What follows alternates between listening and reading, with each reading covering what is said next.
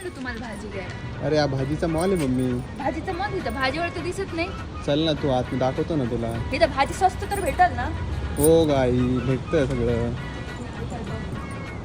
आता एका लोण नाही घ्यावं लागतं काय मध्ये? हो मग भाजी ठेवायला लागेल ना ते.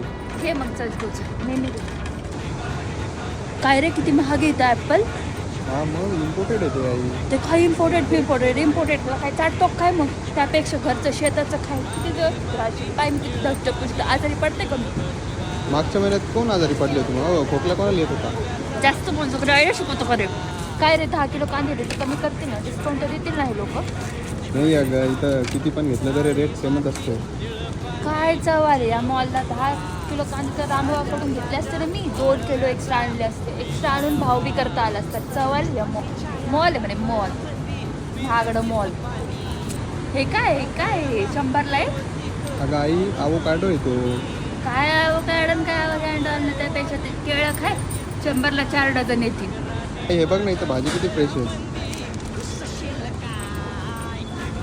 काय रे 12 रुपयाची एवढीशी गड्डी आपल्याला 12 रुपयाची एवढी मोठी गड्डी येते माहिती. इथे कढीपत्ता तर फ्री देतील ना आपल्याला? नाही ग त्याला पण 10 रुपये द्यावं लागतं. थांब मी बोलते त्या बाईला. अगं नाही गाई थांब. काय रे तुझं इथं एवढंसं कढीपत्ता तुम्ही 10 रुपयाचा नुसतं मॉल पाणी पैसे तर बापाच्या झाडालाच लागले ना तुझ्या.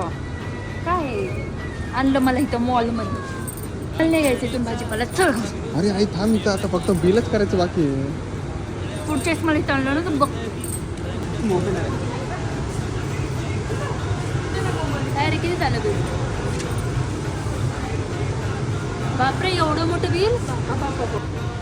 एवढ्यामध्ये माझ्या महिन्याभराचा किराणा आला असता तासतावर तुम्ही पार्लरलाही जाऊन आले असते. आता हे काय करू थ्रेडिंगला ब्रिडिंगला कुठून आणू मी पैसे? उडवा नुसते पैसे उडवा मला पण